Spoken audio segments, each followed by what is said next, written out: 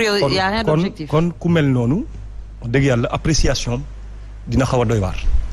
kenn rek laa ci gis koo xamante ne bon nekkul soxlawul mu sëñ Saliou mais sëñ Saliou li ko arrangé yëpp c'est parce que buy wax ci Mame Boye Diao moo ko ëppale est-ce que du ko ëppale li mu soxla yëpp mooy Benno tasaaroo puisque il y gagne quoi maanaam Benno Bokk Yaakaar tasaaroo puisque c'est sa ligne et ça c'est la ligne de sëñ Saliou et ça il l'assume depuis très longtemps. Donc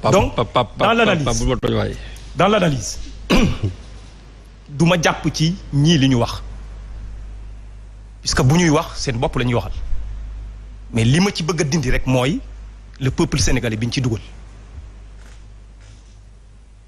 il ne représente pas le peuple sénégalais il représente leur formation politique et c'est normal que cette information politique buy wut pour nekk président de la République mais munoo fexe ba mu renforcer ki nga xamante ne moom la war a jàkkaarloo. mais ils sont également avec le peuple proche de la population di xool exactement lan la population soxla. lan la ñu war a def par rapport même au Sénégal ils ont donné des chiffres quand même. qu'est-ce qu'ils ont de plus proche des populations que ñun. tax ngeen aj nawetaanu Thiès yi. non loolu dinaa ci ñëw. non déet loolu population la. non dinaa ci ñëw après. loolu dinaa ci ñëw lan moo tax Pikine di am nawetaan. loolu du population. non bañ sonkériser rek. mais est-ce que réellement à Pikine bokkuñ ci population bi. est-ce que Thiès rek mooy population. mais lu tax ngeen aj dinaa ci dellu si waat ci boobu question pour répondre la ci li ma nekk mooy ñi différents intervenants yi nga xamante ne ku ci nekk am na foo camper sa intervention ci li nga xamante ne moom moo la arrangé je suis tout à fait d'accord mais ci li nga xamante ne moom laa bëgg a fàttali rek mooy quand on nous parle de la dette du Sénégal. Il faut remettre les choses à leur place. C'est-à-dire dette, pourquoi en faire? N'est-ce pas, c'est pour lancer le processus de développement de notre pays? Oui. Qu'est-ce qu'on a fait avec cette dette? Et le Sénégal se classe où par rapport aux pays endettés? Nous sommes dans la catégorie des risques modérés. Cela veut dire quoi? Non, doucement. Parce que quand on emprunte et qu'on s'enfonce dans la pauvreté, c'est un problème. Sëñ Saliou, je voudrais sincèrement. Non, c'est pour préciser.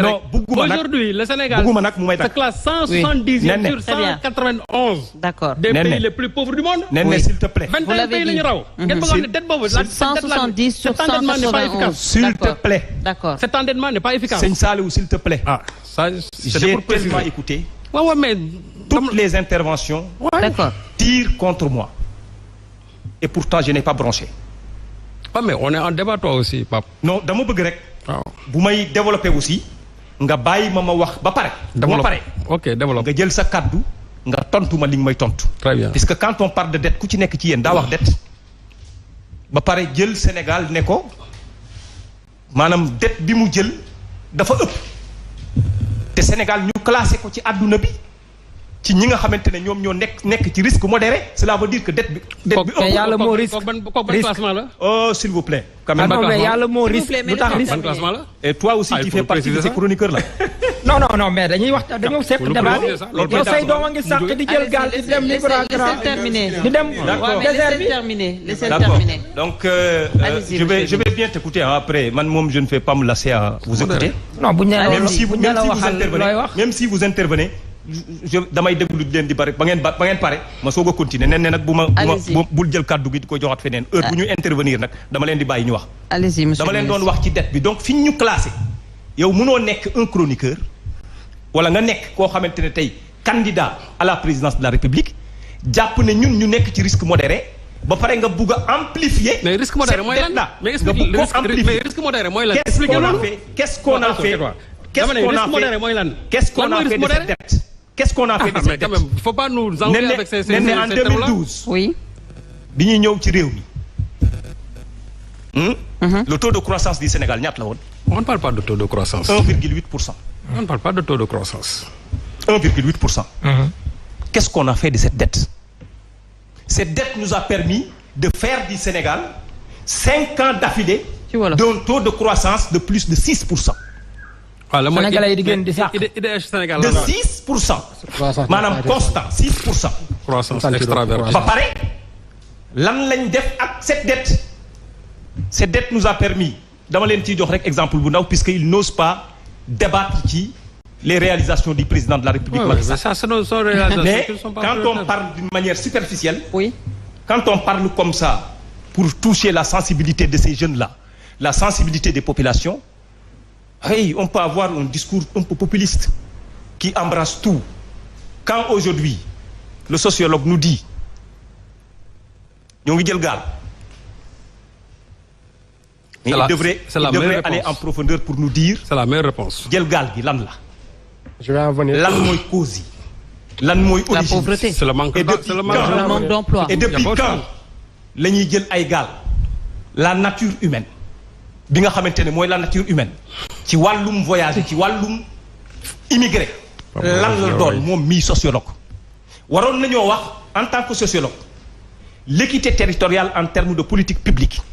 bi nga xamante ne le président de la République def na ko en mettant en place un programme dénommé Puma pour corriger pendant 40 ans. Mais monsieur le ministre, pendant 40 ans. Mais monsieur le ce qui a été fait au niveau de nos frontières. Mais monsieur le ministre, le Puma qui nous permet aujourd'hui de permettre à toutes ces populations. Monsieur le ministre, malgré tout, yi nekk ci frontière yi nekk ci frontière concret. On a l'impression que li may wax concret la. dafa mel ni dëkk Sénégal. C'est vous qui ne parlez pas du concret. Parce que quand vous voyez le rythme bi xale yi génn réew mi. rythme bi xale yi di génn réew mi nga toog di bëgg a tenir ce discours là vous êtes en train de provoquer la jeunesse. Ça c'est un problème. Très bien. Parce que les boys yi nekk problème ay dette ay risques modérés ça c'est un problème. Monsieur le ministre. Voilà le comportement de certains qui sont complètement en déphasage avec la République. Même dans la démocratie, ils ne peuvent pas écouter.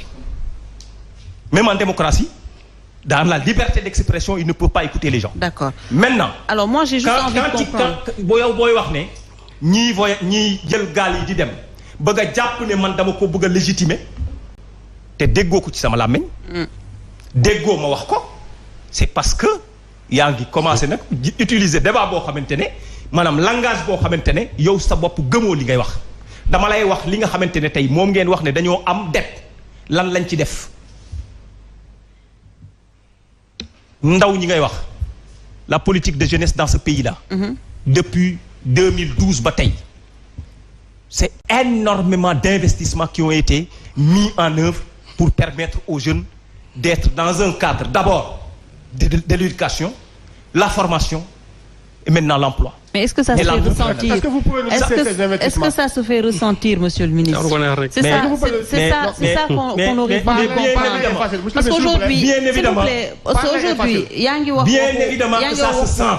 Mais comment ça se sent? Ce qu'on sent aujourd'hui sur le terrain, c'est effectivement ces jeunes qui prennent le bateau pour partir. Ce qu'on sent dans ce pays-là, ce qu'on peut sentir dans ce pays, en matière d'éducation, lorsque le président de la République est arrivé et a mis en place le programme qu'on a appelé Paquet, qui permet aujourd'hui de rétablir énormément de choses, de recruter énormément d'enseignants, de refaire le curriculum, de permettre aux enseignants d'avoir une formation de qualité, de permettre à ces stocks bi nga xamante ne moom la fi fekkoon en termes de retard ci régularisation non déglu ma rek. Allez-y, on écoute que vous, sauf qu'on n'arrive pas à comprendre. Énormément de milliards qui ont été aujourd'hui investis pour les enseignants. Et ça, tu dis que la population ne le sent pas. Non. Les enseignants ne le sentent pas. Non. L'élève ne sent pas. Non. Les réorientations qui ont été faites dans le cadre de l'enseignement pour permettre, pour se focaliser ci li nga xamante ne tey jëm na ci le renforcement des sciences mathématiques et l'informatique. Mais il faut crois que ça en mettant en place dans ce pays. Déglu ma rek en mettant dans ce pays, dans chaque département du pays. Très bien. Alors, dans chaque département du pays.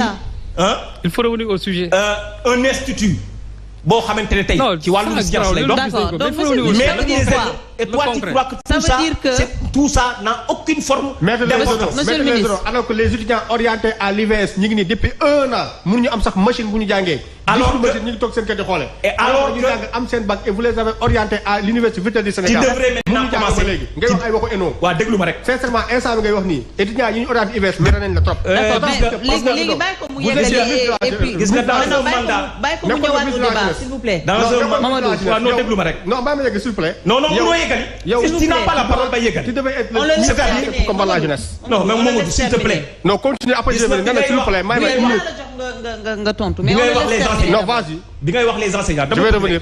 Mais il faut revenir au sujet. Mais monsieur le ministre. Non, il faut revenir au sujet parce que qui le wax c'est grave. Il faut que revenir au sujet. bi muy wax les étudiants. Il faut appuyer la jeunesse alors que mu nekk. xam nga lan la waroon rappeler. En 2012 vous étiez là. En 2011 et 2012 vous aviez assisté ici à des marches des étudiants non orientés. mais loolu ngeen bañ. ay marche pacifique ngeen bundu xataal nit ñi. Monsieur le ministre, ça veut dire que votre candidat va continuer sur cette même logique. Tout le débat, justement, ça porte sur ça. gis nga ce débat là. Parce que ñoom ils n'ont pas été d'accord en disant que c'est un pari dangereux. ñoom li ñuy wax aujourd'hui yaa ngi wax taux de croissance à 2 chiffres. C'est aujourd'hui qu'on sent quand même que la vie est encore plus chère. Et ça c'est seulement au Sénégal. Mais même si c'est partout, ce qu'on vit actuellement est extrêmement grave. Quelles ont été les causes de ce choc qu'on vit actuellement est extrêmement grave. Lan mooy les causes. Au même moment, personnes qui sont dans la pauvreté sur 10. Monsieur le ministre, s'il vous plaît. Non, franchement, nag bëgg naa. Oui, allez-y. On vous écoute. Maintenant, laissez-le parler. Ñu gën a organiser quand même le débat, puisque ni ngeen koy jàppee nii. Très bien. Man d'accord woon naa sax les candidats déclarés.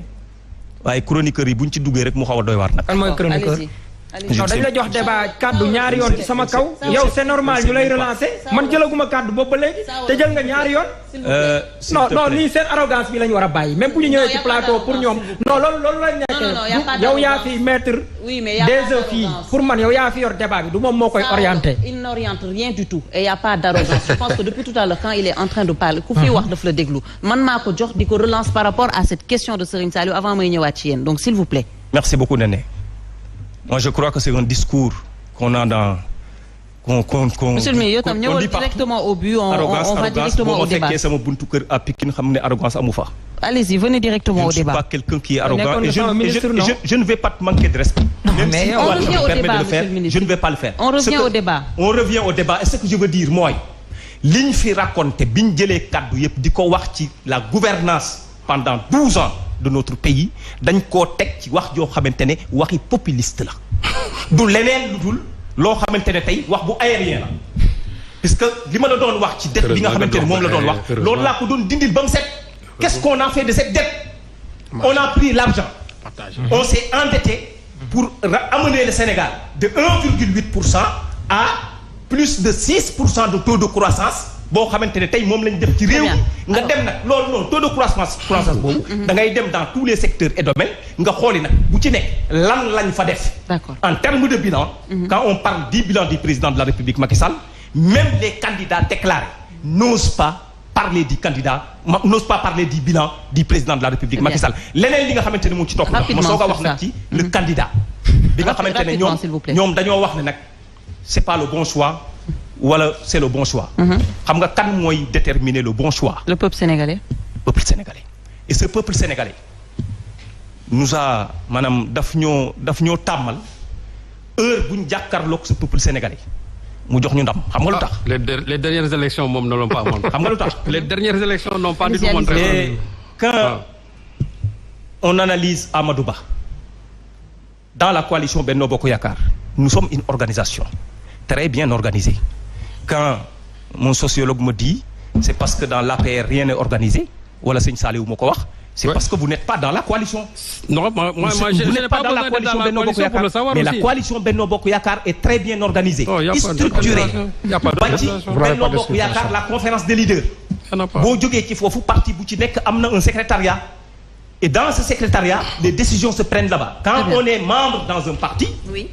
On est d'accord sur le fonctionnement de ce parti. D'accord. Et comment ce parti fonctionne? Vous avez une décision, ba jël ko ba pare, mais cette décision, bu la neexee boo jàppee ne nag décision bi secrétariat bi yëpp jël neexu la bu boobaa nag nekk ci biir parti bi day xaw a doy waar. li ma bëggoon a jeexalee rek ci candidat bi mooy continuité bi ñuy wax. Oui. Nous serons dans la continuité puisque nous portons une vision adossée sur un plan boo xamante ne vision plan bi mooy plan pour un Sénégal émergent Sénégal émergent boobu am référentiel boo xamante ne secteur bu ci nekk am na luñ ci def depuis bañ ci tàmbalee ba léegi ñoo ngi ci ñaari PAP le troisième PAP qui est en élaboration bi nga xamante ne moom lañ jëm définir na wax na Sénégal fan lañ bëgg a dem ak moom ginnaaw bañ defee 12 ans ci jëlee ko ca la nga xamante ne tey moo nekkoon 2012 jëlee ko ci 1,8% tey Sénégal ku ci nekk ci ñun di rêver une croissance à 2 chiffres kon loolu mooy li nga xamante ne foofu lañ bëgg a jëm quel sera le discours maintenant de Amadou Ba par rapport ak li nga xamante ne am na si le président Macky Sall bu ñëwee directeur de campagne wala accompagner ko dans la campagne électorale il n'aura pas un discours puisqu'il ne parlera que de ce que le président de la République a fait directeur de campagne dama la président de la République bu nekk directeur de campagne wala bu accompagner la campagne électorale notre stratégie n'est pas encore défini pour ça et d'ailleurs li tax ba suñu stratégie définir wuñ ko ba léegi loolu mooy tax nag may mujjee ci ñi nga xamante ne ay dissidents lañ am ambition am légitimité taxaw ne ñun dañoo bëgg mais bu ñu jëlee ba pare man li ma jàpp ci coalition Benno Bokk Yaakaar bi au-delà des personnes c'est continuer à mettre en œuvre le plan Sénégal émergent donc lépp loo xamante ne jëm na ci ay personnellement dañ koo war a teg à côté et que ñi doon wax aussi président de la République daa am yeneen candidat yu muy parrainer wala en tout cas ñun suñu stratégie ci ni ñuy doxee ni ñuy doxalee ak ni ñuy doxee lenn rek lañ ci mooy li nga xamante ne lu leer naññ la Benno Bokk Yaakaar se maintenir au pouvoir pour continuer à mettre en œuvre le plan Sénégal émergent. D'accord sa wolof yaa ngi dégg fu mu daanelee peut-être ça laisse sous-entendre sax ni que peut-être président de la République dina am yenn candidat yoo xamante ne